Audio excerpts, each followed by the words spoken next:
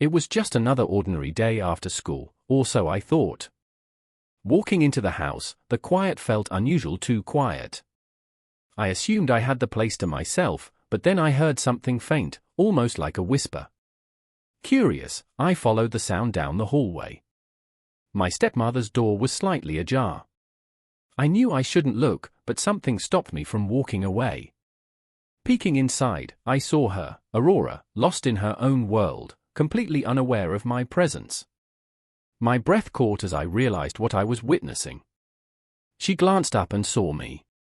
For a moment, terror gripped me, thinking she'd be furious, but instead, her gaze was calm, almost inviting. "Come in," she said softly, her voice tinged with warmth. My feet moved on their own, carrying me into the room, sitting on the edge of her bed. The air between us was thick with tension. Aurora's touch was gentle yet deliberate as she guided my hand. Each motion felt electric, every second charged with emotions I couldn't fully comprehend. Her eyes never left mine, and in that moment, it felt as though the world had stopped. She whispered softly, asking if I was okay.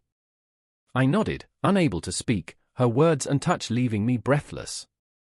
The connection between us was undeniable, an unspoken understanding that blurred the lines of what was right and wrong. Over the following days, we avoided addressing what had happened, but the tension lingered, growing stronger each time we were near each other. One evening, while watching a movie, her hand brushed against mine. That small touch reignited the feelings we had tried to suppress. "We need to talk," Aurora finally said, her voice steady but soft. We confessed everything, the confusion, the guilt, and the undeniable pull between us.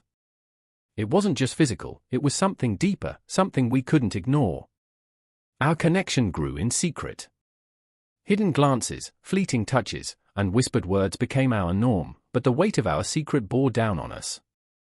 Each close call, my father coming home early or a friend dropping by unannounced, reminded us of the risks we were taking. One evening, after an argument fueled by fear and frustration, I found myself driving aimlessly through the night. By dawn, I returned to Aurora's door. She opened it before I could knock, her eyes red from sleeplessness and worry. Without a word, we embraced, apologizing silently for the hurt we had caused each other. As weeks turned into months, our bond deepened.